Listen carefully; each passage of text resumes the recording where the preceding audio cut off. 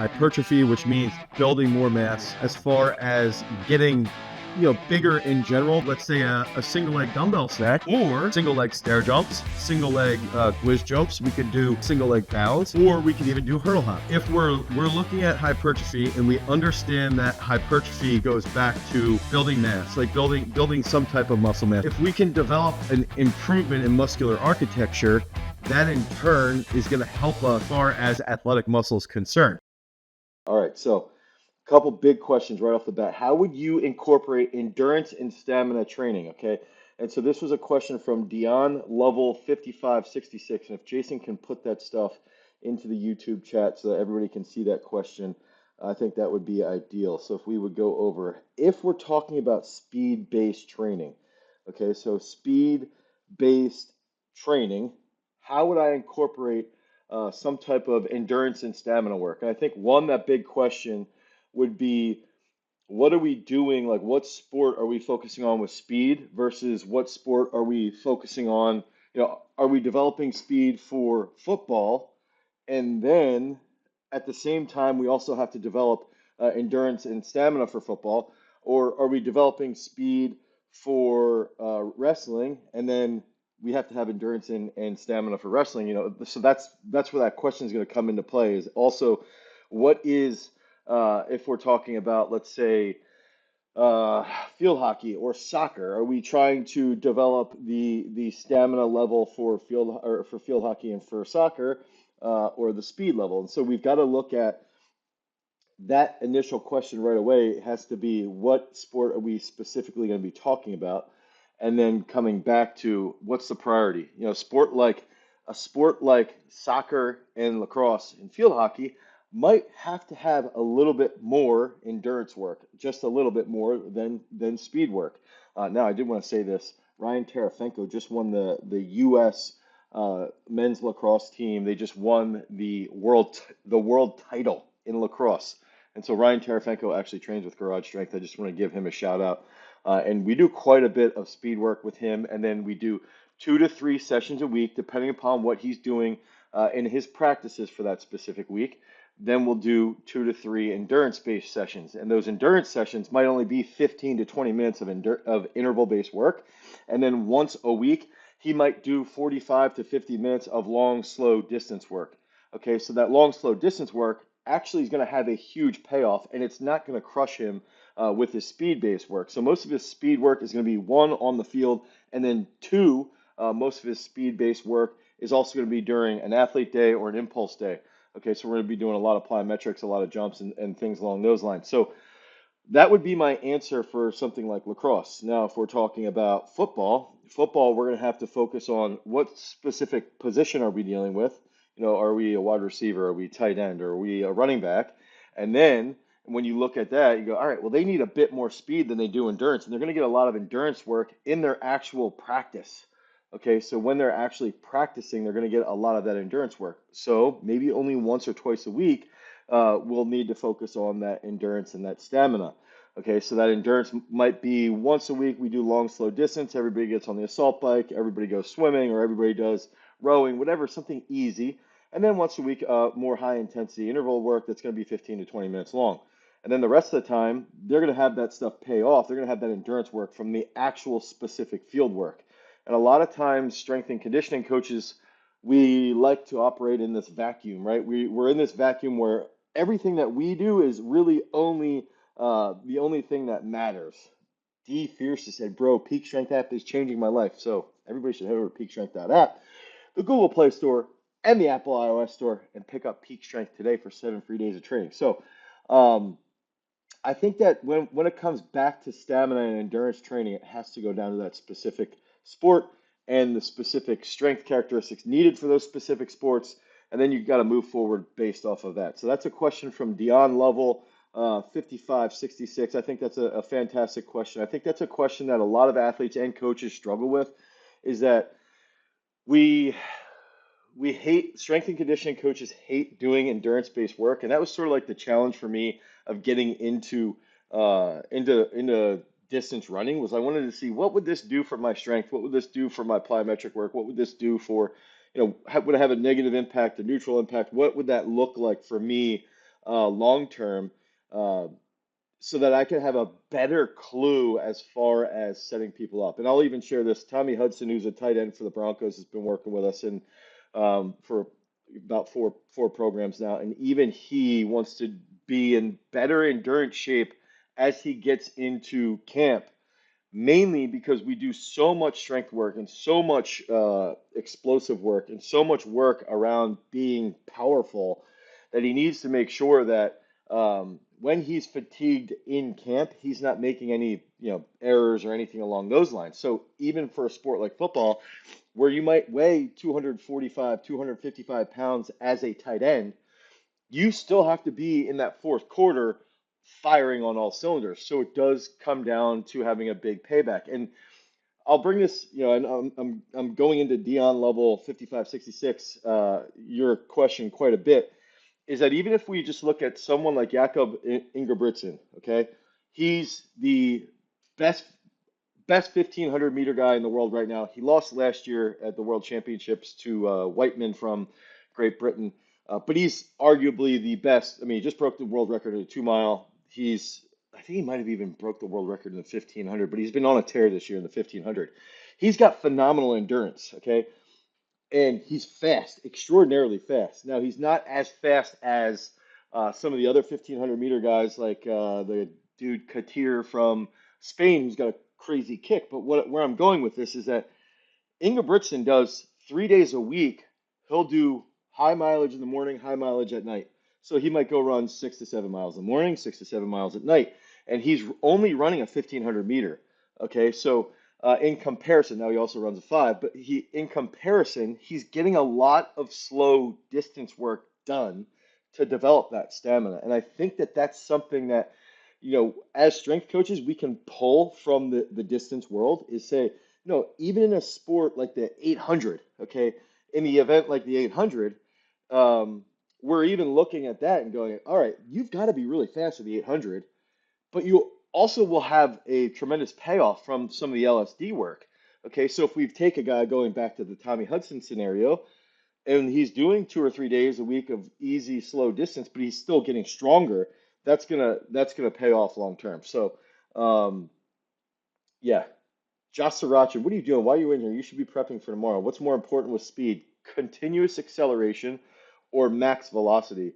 For speed base, that's going to depend on the sport, but usually it's going to be continuous. Acceleration wins almost everything. As long as you have good acceleration, that's going to win everything. The sooner you can accelerate, the faster you can accelerate, the better you're going to be. All right, let's get into the next question here. Hello from the Netherlands.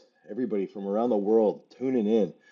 Please make part 2 guide for volleyball men. We have a volleyball video coming out in August on Peak Strength. Make sure you guys head over to Peak Strength, the YouTube channel Peak Strength, because we're dropping some bangers over there. Daryl Paxson 47. Daryl Paxson 47. Love the exercises for uniqueness and mobility. Can this, and this is on our recent mobility video, can this be adapted or used by people all over 55 or seniors? And so, Daryl, what I would say is that when you're watching mobility movement or mobility exercises, I think the big thing that you can do is try to look at it like I can um, I can I can do these mobility exercises, or I can go a step down, like make it a little bit easier. And so what you can look at is say, all right, this is really, really hard. This exercise, let's just say pigeon pose is really hard, or prayer stretch is really hard. You can take it a step back and just sort of like gradually work into it. So I would argue everybody can do mobility movements. Everybody can get to that point of doing mobility movements. Robert Chalfont, do you have a bass fishing strength training program? Dude, we've got to get that rolling. Holy shit, that's a great question. um, but going back to Daryl Paxton's question, is that Daryl, we've got to look at it and say, okay, if we're doing mobility movements, scale it to our ability or scale it to our movement patterns currently, work through it, and think about this long term. Think about this. What's up, Teddy Glenn, D1 rower from Temple University.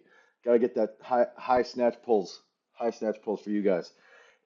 build into those positions, build into those areas of mobility and let it take time and give yourself like this is a crazy example, but when we say like what's a realistic time frame, one of my friends, Eric Miller, taught himself how to do a split. And he said, you know what? I want to teach myself how to do a split. I'm going to give myself 18 months to do a split. And so he spent 18 months working on his mobility to get to do a split. But the difference was he didn't say, I'm going to give myself 18 days. I'm going to give myself 2 weeks.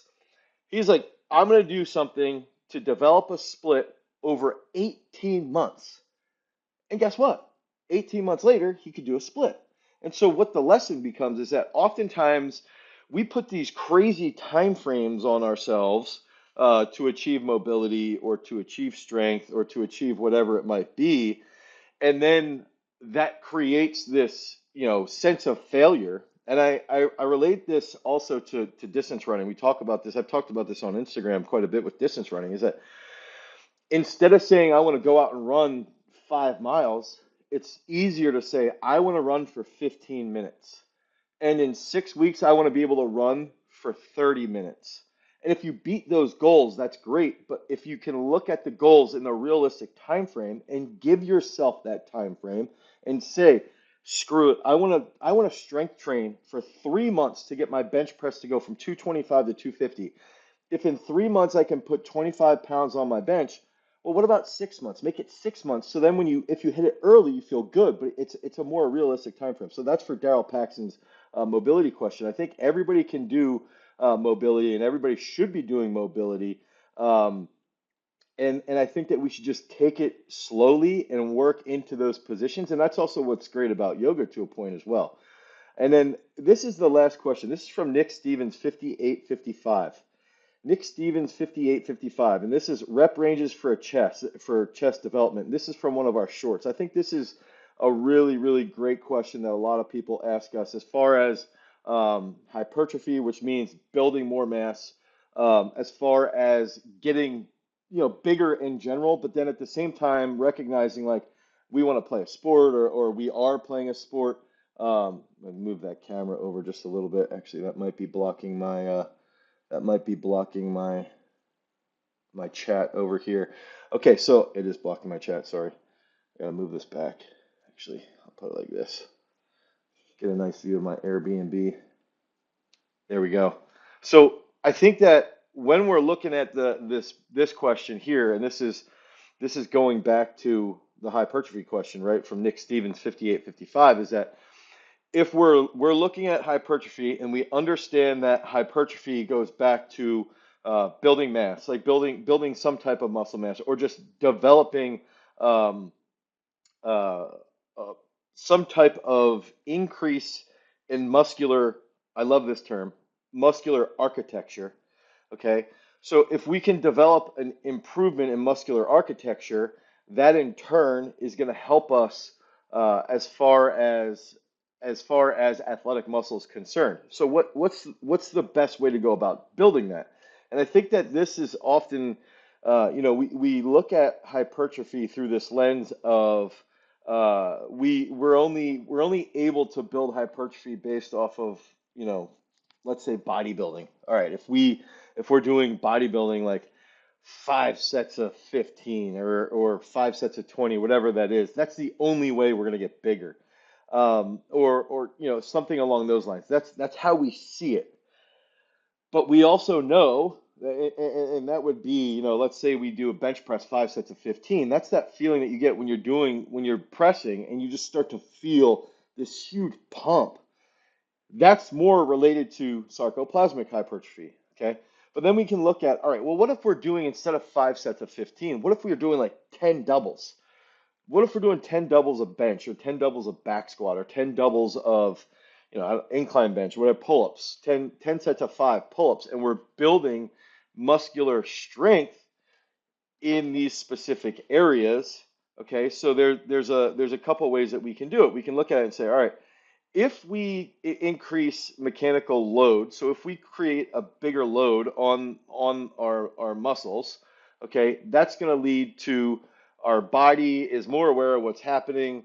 Then we have signaling in our nervous system, which leads to more motor unit recruitment, which in turn helps us express that strength a little bit better. But then we do this, let's say 8 sets of 4 or whatever the set scheme is. Um, Now, over time, that's going to lead to myofibrillar hypertrophy, which means we're going to have more myofibrils inside of our muscle, which in turn makes us stronger. Okay, and so Tamid just gave us a super chat. Boom, thank you, Tamid, asking. Keist, I was on time this time, by the way. I was on time. I swear I had everything set up as well as I possibly could. I still don't get why when I'm in the United States, some of these Airbnbs, like, why is my video choppy on this, but the audio should be fine. Hopefully the audio is fine because I got my headphones on YouTube. Anyway, Tamid's asking, what are exercises to superset to move like DJ in MMA? Okay, I don't know if I'm going to be able to help you move like DJ, but what I would look at as far as um, being more explosive or being faster in MMA, I would look at it if I'm like 12 weeks out, I would use some type of contrast training. So what I would end up doing then is doing like a single leg squat. So let's say we did a single leg squat, like 6 triples on each leg, and they're unbroken. The triples are unbroken, so they're fast. It's like boom, boom, boom. And the intent is to move that quickly. We're going to coordinate as quickly as possible. We got to focus on that trunk position. We need to make sure that we're not swaying all over the place. So we have that dynamic trunk control. And if you guys want one of these shirts, head over to garagestrength.com. That's our peace symbol right there. Um, so we can do some type of, single leg squat like that. And then we can even either do the garage strength contrast method, which would be doing that with a reflexive movement, or that could be, let's say, a single leg dumbbell snatch, or we can do single leg stair jumps, single leg whiz jumps. We could do single leg bounds, or we could even do hurdle hops. So I like to think about, if we're for specific to MMA, in this case, actually, this goes back to that question, um, the main question of this whole discussion, which is from Nick Stevens, 5855, which hypertrophy is the best for gaining athletic muscle? If we're looking at it going, okay, myofibrillar hypertrophy is the best, but we also have to make sure that we're moving very, very well. So we've got to bring in some reflexive work. We got to bring in some type of work where we're really trying to train the nervous system to react as quickly as possible.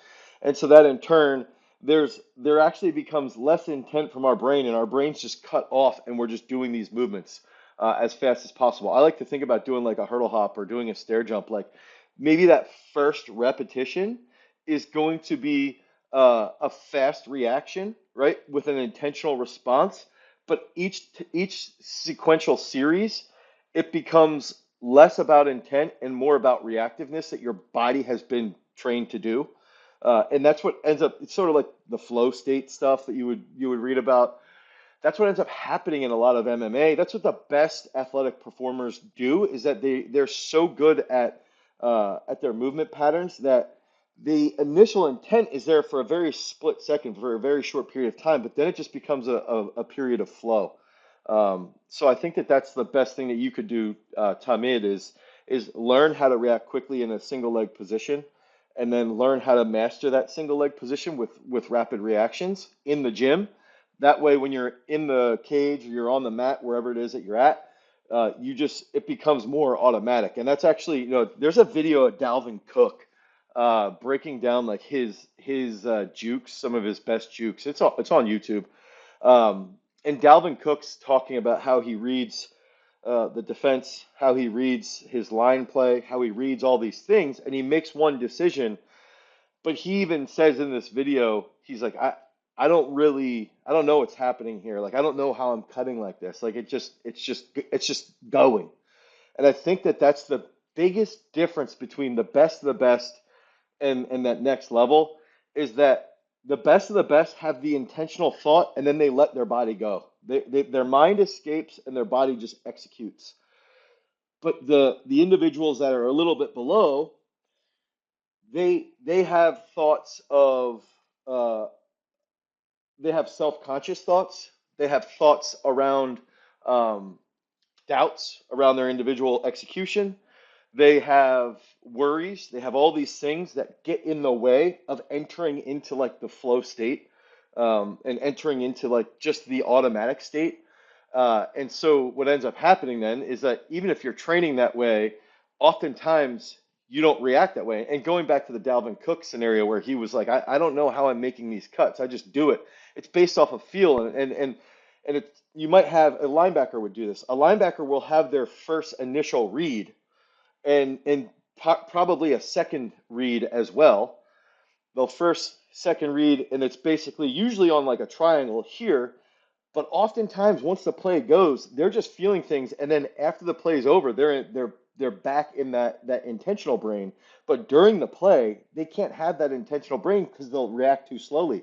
So there's an interesting dichotomy of like two different brain types that are actually existing. And so for a strength coach to move like a savage MMA fighter, we have to train it to be brain one and brain two. And I think that that goes into that Tamid question there. I hope that makes sense for everybody. But it's really the best athletes. It's like this in throwing. As soon as you get into the circle, you have to have that thought of I'm going to do this technique. But then as soon as you start to get into it, you don't think about that. It's not like you go through like the process. Okay, I'm going to put my right foot here and do this here and then do this here.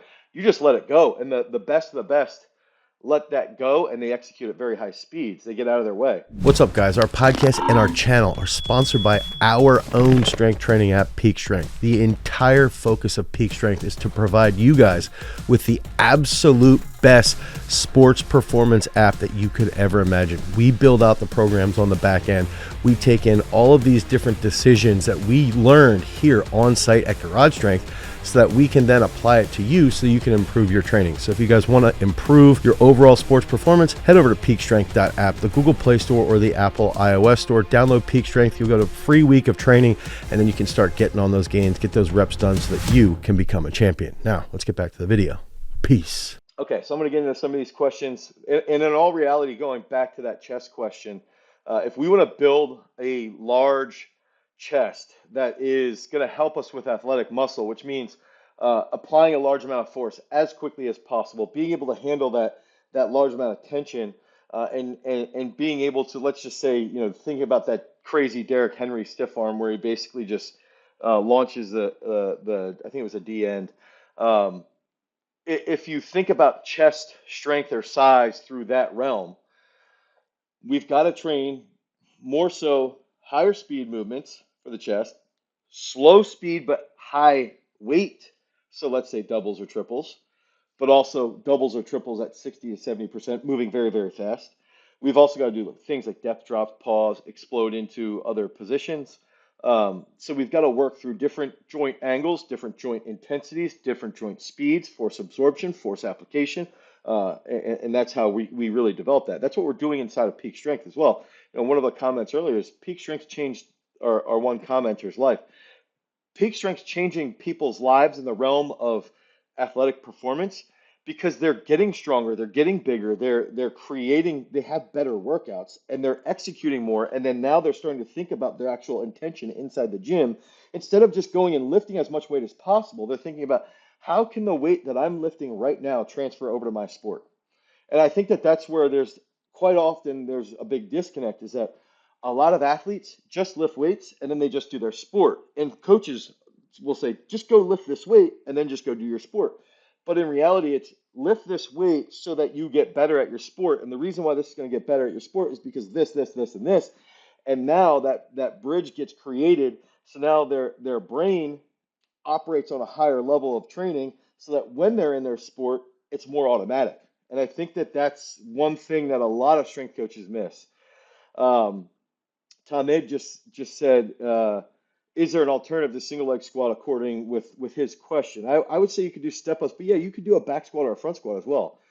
Okay, so Solidarity just commented, Peak Strength has definitely improved my athleticism. Can't wait to try the Peak Strength endurance and cardio recommendations. So that's going to come in on next Monday. We just had a meeting this morning actually going over this. Keith, what was your question there? I don't know if I answered your question. Sorry. Let me see here. On a scale of 1 to 10, how worth it is Peak Strength? This is from GMR. Solidarity comes in. GMR, 10 out of 10 easily. I appreciate that quite a bit. That's awesome. Would you prescribe sumo deadlifts to athletes? No, I would not prescribe sumo deadlifts to athletes unless I have a wrestler who's a folk style wrestler who likes to ride legs. If you ride legs, I'd probably have you do a sumo. I wouldn't do a lot of sumo deads, but we would do it to try. I would probably do more of Cossack squats that are banded to try and get when you get in and you're riding legs, it's similar to BJJ. If you're trying to get into like a rear naked choke position, that way your adductors do get stronger, but also you can just freaking squat more and even point your toes out a little bit more, and that's going to help increase your adductors. So yeah, that's a Jude coming in. Jude Bueno, peak strength is 100 out of 10. Thank you guys so much for this. I think that's a cool thing with peak strength too, is that we had this. I had like an hour and a half meeting this morning when I went for a run this morning, and I was on my headphones during the meeting while I was running, going through the stuff that's happening over the next year. It's going to be really really fun to go through this. Uh, Keith just said, did Dane answer how much one should clean to increase the IQ by 10 points? And I'm assuming Keith is relating this back to um, leaner abs leads to higher IQs. So I do believe, I think cleaning can improve your logical intent because it forces you to think more about movement. I don't know about increasing IQs though. So let's just say you can add 15 kilos. Okay, so GMR. Then I will get peak strength. I'm starting from zero, so I will keep track of my progress and update people here. And GMR, this is what I would say to you. This is similar to the split story that I gave you earlier. Is like if you're gonna go in and you're gonna get peak strength, look at it this way. Say, okay, I want, I'm starting at zero. I want to be in 8 months. I want to be able to do a back squat. Um, I want to be able to do a back squat for, my body weight. Let's say my body weight is 220. If I'm starting from zero, in 6 months, I want to be able to do my body weight. So I want to have 225 on the bar, and I want to do that for a set of 10. Let's say like set goals like that, and I'm going to give myself 6 months to do it. I want to bench press my body weight for a set of 5. You know, if you're starting from square one, if you're more advanced, and let's say you can bench 300, say in 6 months, I want to bench 315. I want to have 3 plates on. Now you establish that date, but your date is realistic.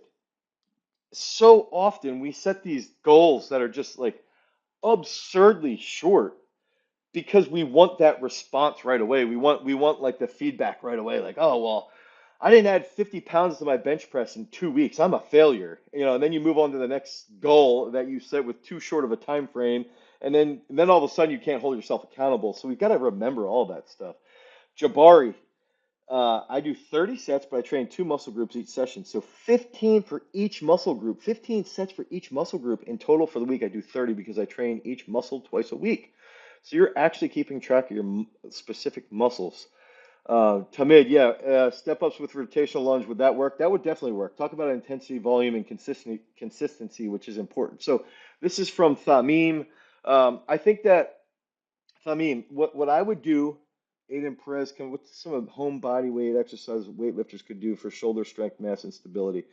I think Thamim, what I would say is looking at intensity and volume. First of all, I always am gonna favor volume. Volume to me is king. Volume in the weight room to me is like LSD work for distance running. I really think it's the foundation.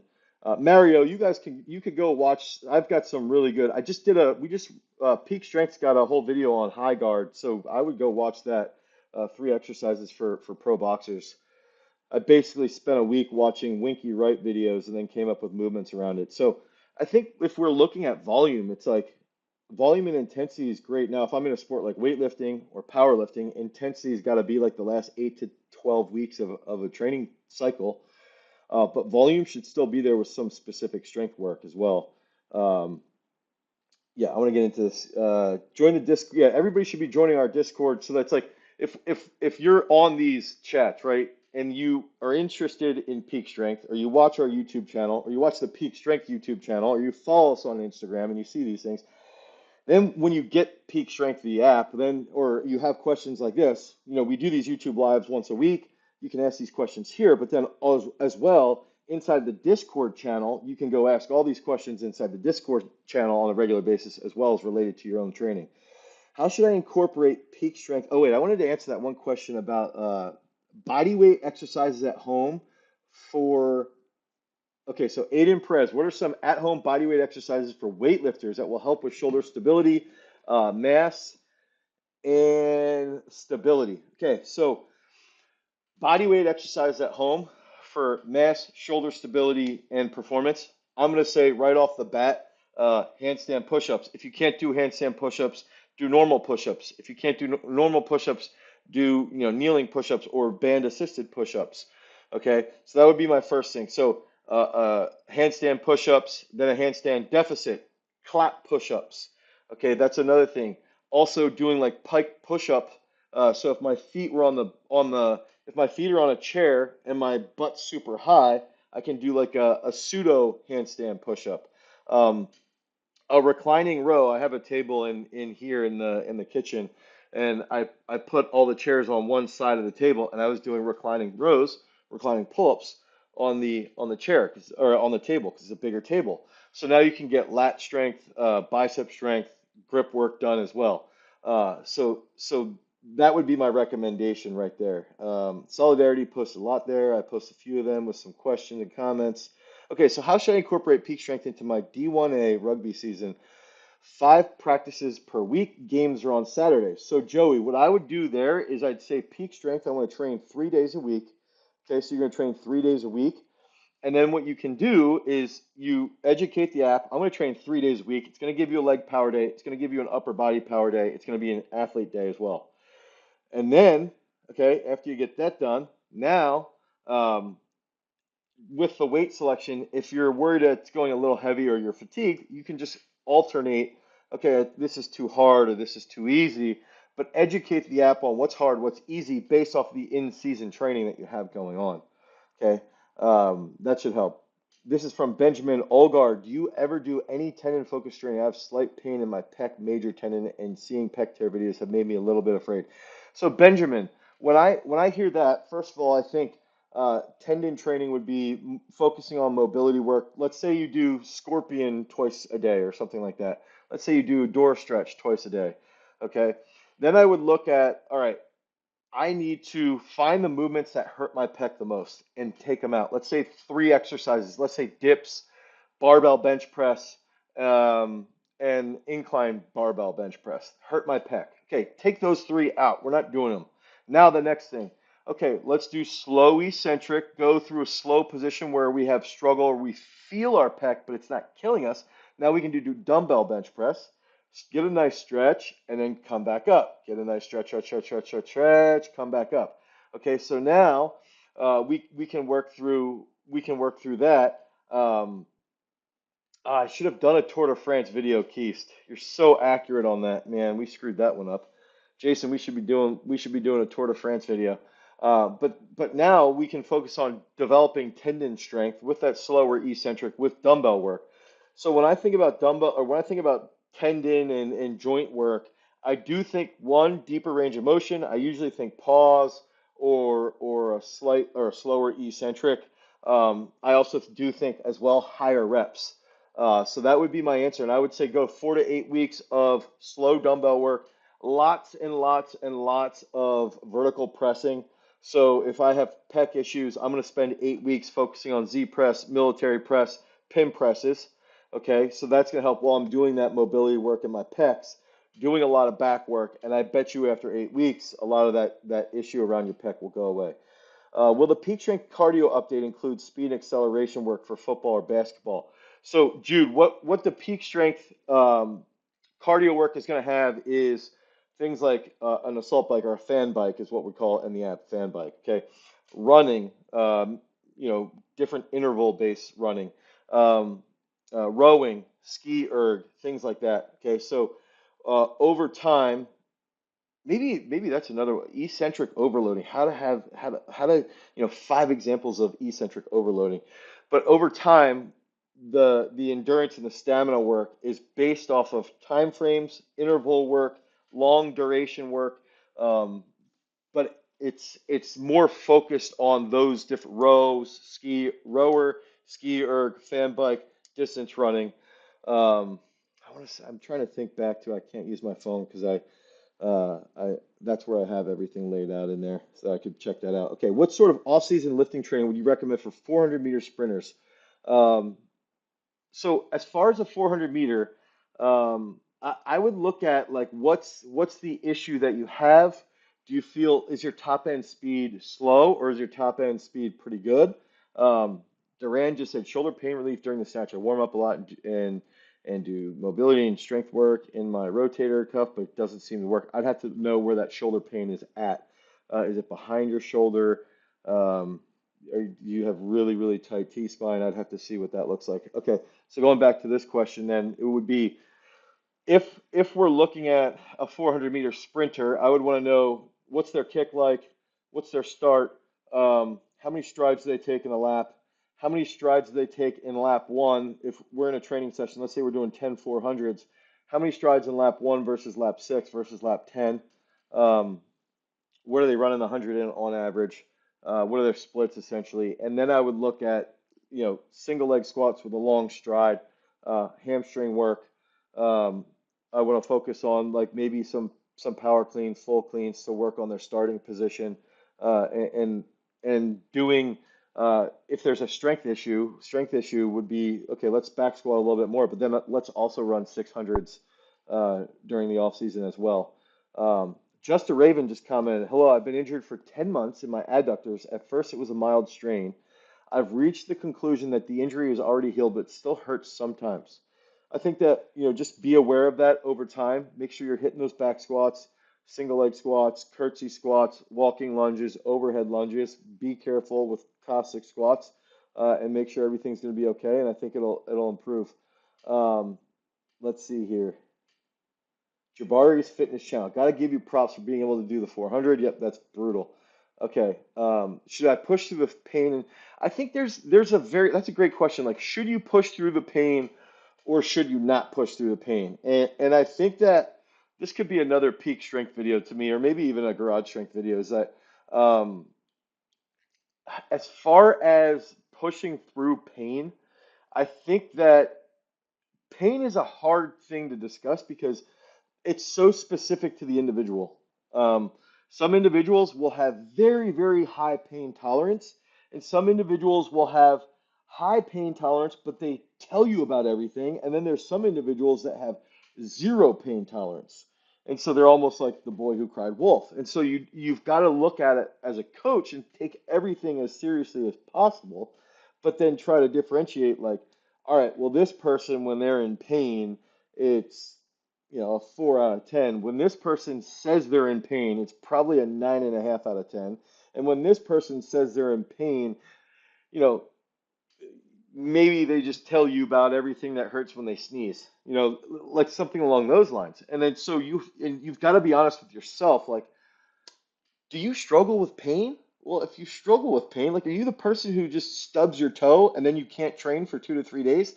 And you've got to be real and say, all right, if I'm that person that stubs their toe and I can't train for a couple days, then my pain tolerance is not that high. So I probably should avoid training through that discomfort. And I think that's the thing is like we have to look at what's discomfort, what's pain, what is being hurt, and then what is being injured. And on that spectrum, the closer you get to being hurt, the sooner you become injured. But oftentimes, a lot of elite athletes can live in that hurt range and they can modify things in their hurt range because they have such a high pain tolerance and they know how to train smart when they're in that hurt range. A lot of people that have very low pain tolerance can't ever even get into the hurt realm because they can't deal with it. They can't deal with stress. They're and I always like to relate this to you can tell pretty quickly with athletes, especially younger athletes, is that younger athletes with low pain tolerance will give up very, very quickly. Now, as they age, their pain tolerance improves because they get more comfortable with the stress of higher rep sets of squats and things like that. and then their pain tolerance increases, and now they get closer to living in that hurt range. And the other thing here is like we should not be living in the hurt range. The goal is that we don't want to be hurt all the time. But at the same time, in a world of sports performance, like you're going to be dealing with shit a lot. If you're training hard, and especially if you're in a sport like football or wrestling or field hockey where there's contact, lacrosse where there's contact, you're going to be banged up quite a bit no matter what. And so we've got to be able to deal with that. What should I be training for football and soccer? Um, Neck extensions forward, also deadlifts for neck. Best neck exercises for hitting the ball in soccer. Best neck exercise. Sorry, I'm sort of reading through this. Okay, so training for football, training for soccer, and then neck exercises for head balls. Okay, my favorite neck exercises would be snatch high pulls, back bridges, clean pulls, cleans, and we have to remember that what's going to stabilize our neck and our neck and our back. If we look at like uh, just the erector spinae, those muscles are super slow twitch and they're built to be protective. Our neck muscles are built to be protective. Now, if we work on our traps and we work on our twitchiness of our entire body, that's going to lead to being able to absorb force faster. So if we're doing snatches or snatch pulls or snatch high pulls for football or for soccer slash football in Europe or the rest of the world, um, if we're doing power snatches or we're doing snatch high pulls or we're doing cleans, we're doing clean pulls or we're doing power cleans, and we're even doing plyometrics, now all of these movements are going to train our nervous system to react quickly, to fire all motor units and recruit all motor units across the board for your body to absorb a blow, especially a head ball, and then we can flex our neck to be able to handle that contact. Um, so to go into that question, I think that head balls do scare me because head balls can really sort of screw with people with their brain. But as if your neck is strong enough, you can handle it. So yeah, that would be my answer. I know it's not like a clear thing, but I think just doing weightlifting movements. I think neck rolls are okay. I don't think they're amazing, but I do think that they help with the harness.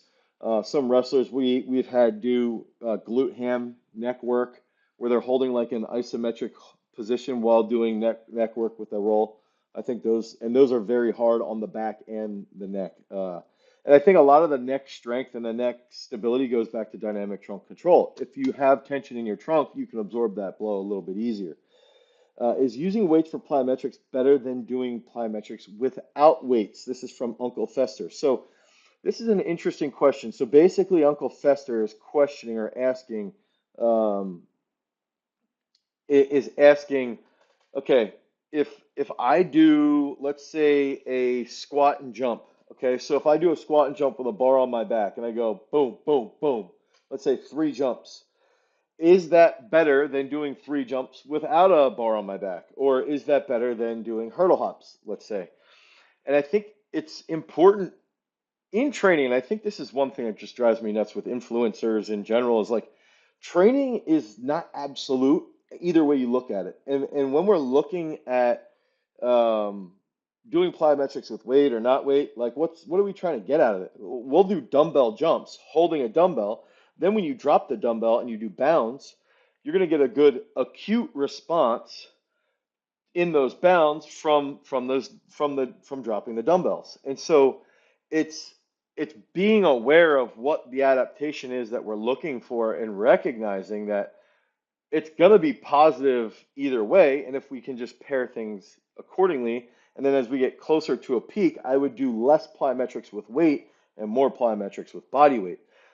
So that would be my response. But I do want to just be aware, everybody to be aware, is that absolutism and doing things through this 100% lens of, we've got to do this style of training or that style of training or that style of training, like it's not productive and it's not accurate. I'm a weightlifting coach who uses snatches and cleans in sports performance all of the time.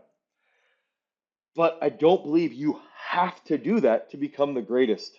I think there's other ways that you can do it. Now, I would prefer that you do that because I think it's a faster route, but I don't think you have to. Have I ever watched handball? Absolutely. Last night I was watching sequences of handball and how the different steps to score. So yes, I watched. Keith, I spend more time watching sports than anyone could imagine. I watch hours of sports and just like to see, dude, we're doing a hurling video on peak strength. Like, come on, we watch everything. Um, let's see. As we get advanced athlete, our recovery time, as we get advanced athlete, our recovery time reduced. Okay, so I would say not necessarily if we're getting if we're advancing over time, um, I think you just have to pay more attention to your recovery. I heard you talk about an extra day of buys and tries for football players in an old live. What day is best for that if I'm following peak 5 days every weekday? Okay, so you ever seen slam ball? Yes, slam ball is great. Um, for sure. Okay, so if I'm looking at, let's say you're 5 days in on peak strength, okay, that hypertrophy day would be day five. The next day would be the day that I would recommend doing um, the actual buys and tries day. So it's like, let's say you start on a Sunday and you do leg power day. Then on day two, you do upper body power day. Then on day three, which is Tuesday, you do an athlete day. Then on day uh, four, you're doing impulse day. So that would be Wednesday. Then on day five, you're doing Thursday. That's a hypertrophy upper body day. Then on day six, you're doing strictly buys and tries. That's the way I would set that up. That's what I would do. How do you prevent your tendons from being hurt? Again, this goes back to, oh, Keith just asked if I would ever do a bodybuilding show. How do my arms look? I don't, the lighting's not the best here. Maybe I should turn this light on. Oh, there we go. Oh, look at that light. How's my lighting? I'm only doing that because Keith said to me if I would do a bodybuilding show. I don't think I would ever do a bodybuilding show. I'm not interested for some reason. It doesn't pique my interest. I think how do you prevent your tendons from being hurt? So I'm going to relate this back to distance running. When I first got into running, within like 10 weeks, I started to have like severe pain in my knees. And I think that severe pain came from me trying to get into longer runs too quickly. And so I took a step back and I started to say, all right, let's just focus on, you know, 3 to 4 months of just getting slowly building my volume up. Um, And so I think that's the big thing with strength training is like again using the realistic time frame. If we're going and we're looking at that realistic time frame and we're saying, okay, for me to bench press, 50 pounds more, I need a year to do that. I'm not going to bench 50 pounds more in 2 months. It's not going to happen unless I'm like 12 years old and I just hit puberty. Like it's just not going to happen. So I think that's the main thing is like, how do you protect your tendons? You protect your tendons by one, prioritizing your recovery, two, picking the right exercises in the right program, peak strength, and three, having realistic time frames. Okay. I actually want to, you know what I did want to go on a little bit rant. Uncle Fester just asked this question. What do you recommend for a cross country runner in the off season? A lot of hip mobility work, a lot of lower back work, a lot of breakdown. Yes, Spanish squats are great. A lot of breakdown of your technique. Um, and then just speed work, I would say. A lot of speed work, a lot of speed work, a lot of slow distance, a lot of speed work, a lot of slow distance. Um, so somebody was asking me like we're talking about okay, so we're talking about like the motivational side, right? And we're talking about so our motto at Garage Strength is cultivate your power. And the question was sort of like, well, what does that mean? Okay, what does this come down to? And I think that the hardest aspect of coaching is taking an individual and having them view their daily experience, their daily schedule through the lens of cultivating your power. Okay. And so what I mean by this is that if like what does this even mean, right? Is if we think about everybody in the chats, we've all had moments where we just feel something like in our gut. And this could be related to a significant other. This could be related to um, you listen to a song, you hear a song, and you just get like, oh my gosh, this song is so freaking good. Like I'm so amped up, I'm so motivated, right? Dude, Ode to Joy this classical song, right? Ode to Joy. Everybody should play this after this live and try and just listen to like 10 minutes. For 10 minutes, sit down, and there's a point in it where it sets up and you just start to feel it. It's like a good EDM song, right? Like you start to feel it and then the beat drops, you're like, yeah, this is awesome. But you feel this power deep inside of you, right? And the hard part of an athlete, and this goes back to all these questions, is that how can we, and so some people might only feel that when they play a video game. Some people might feel this when they play a sport. Some people might feel this when they listen to music or they're playing an instrument. Some people might feel this when they watch a sporting event or they watch some type of crazy event or something happens. But we've all felt this at some point, um, having this sort of gut reaction of power and energy deep inside of us. And so one of the big things that I've been focusing on is how can we bring this out of athletes every day? And so some athletes, we gotta dig with a bulldozer or a freaking mining tool to just get down and try and pull out that power a little bit. Other athletes are very motivated and they just show up and it's easy. They just need a little shovel to dig that power out, and every single day they're cultivating their power. But what ends up happening is like we've got to figure out as coaches, but we've also have to figure out as individuals how do we pull out that, how do we cultivate our power inside of us every single day so that we can do something productive to achieve these long-term goals that we have of increasing our bench press or increasing our performance in our sport, or getting back to our sport if we're injured. And that's another common thing, is that if we get injured, it gets harder and harder and harder to pull that power out of us because we're sort of downtrodden, we're beaten down, we're not able to do the things that we love. And so I think that where I'm going with this is like oftentimes training, motivation, injury prevention, it's all linked to every single morning reviewing like, all right, what's deep inside of me that I want to focus on today? What's gonna help me cultivate my own power?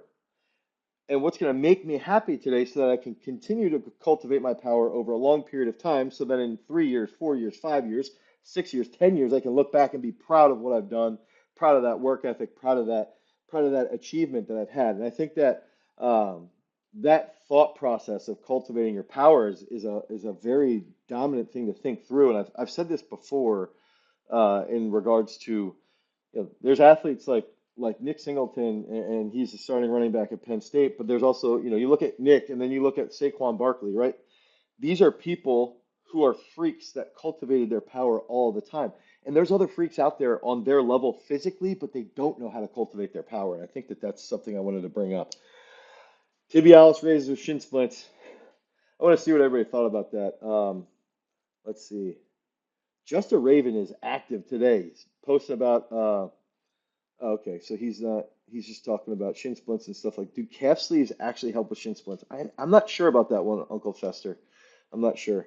You sound like you're young and reckless. Please be careful. That's for Just a Raven. How long can you hold a deep squat prayer stretch?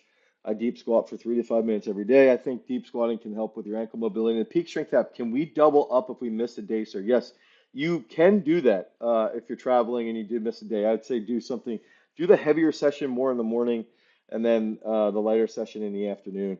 I think is 5-3-1 good for rugby players? I mean, it can be, but come on, Mike Nolan, uh, peak strength's way better than 5-3-1. I think 5-3-1 though is pretty simple to follow, and it's pretty effective. Um, Exercises to get past a bench press plateau. Okay, so if are there solo football drills you would use for catching bullets? I would say if I'm a football player, American football, and I'm struggling with hand-eye coordination, what I would do, some of these we've posted recently with the balloon drill. Some of them we've posted with the lacrosse ball. I also believe you can patch up your strong eye, your dominant eye, and you can throw tennis balls against the wall. You can throw lacrosse balls against the wall and try to force yourself to catch in certain positions with one hand. That's very beneficial for hand-eye coordination, and you start to think about your dexterity in your fingers and in your hands. I think those are great drills that you can do on your own time. That does help with that. Does rope jumping increase your vertical? Yes, I believe it definitely does increase your vertical, 100%. Yeah, so I think that all those things. Please start a gym in Amsterdam. That'd be cool. I would love to come to Amsterdam. I'd love to go to Amsterdam and do a clinic if you guys want me to. I can hold squats very well. Now, tennis ball drill helps a lot for sure. Okay, does anybody else have any other questions? Let's go back to Kyle Gabbert's exercises to get past a bench press plateau. I, I think we actually have a video on how to get past this, but clap push-ups, 50 reps every single night for 3 months. You're gonna blow up your bench press. Dips, blow up your bench press. Dumbbell pause bench blows up your bench press. Dumbbell pause bench with a band behind your back blows up your bench press. Incline close grip bench blows up your bench press. Can you make a video training for power and speed training to get better at the decathlon? Ooh, that's a great one. I've seen a lot of decathletes out here this weekend. Um, that's a great one. Very specific niche. There's not a lot of people who actually train decathletes because it is hard. Can we gain mass while doing cardio? And if I need to increase my mass along with plyometrics, what should I do? I would prioritize strength and plyometrics and then bring in cardio twice a week.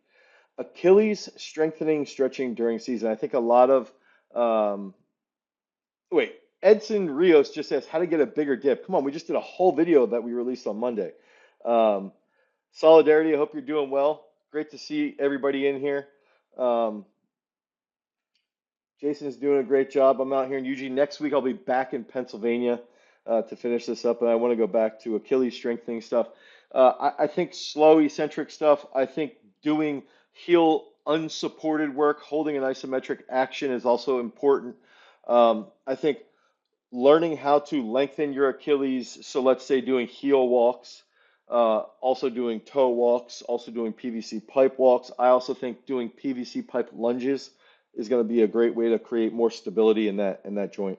For football players, would it be better to do track where the program is basically all endurance or do my own sessions of sprinting?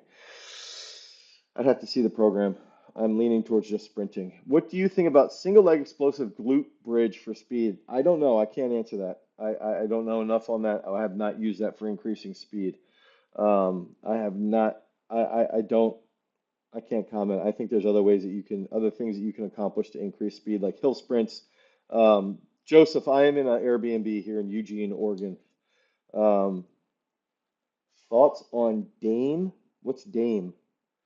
Since you're in Oregon, thoughts on Dame? I don't know what Dame is. My Achilles tendon hurt in the morning. Any good exercise to help with that? Yeah, I think slow walking, squats, split squats where you push the knee forward. I love PVC pipe walks for the Achilles. That all helps quite a bit. Um, any belt squat variations you like? I'm not a huge belt squat guy. I don't mind it with a band. I don't mind split squats with a band. Um, Not a huge belt squat guy.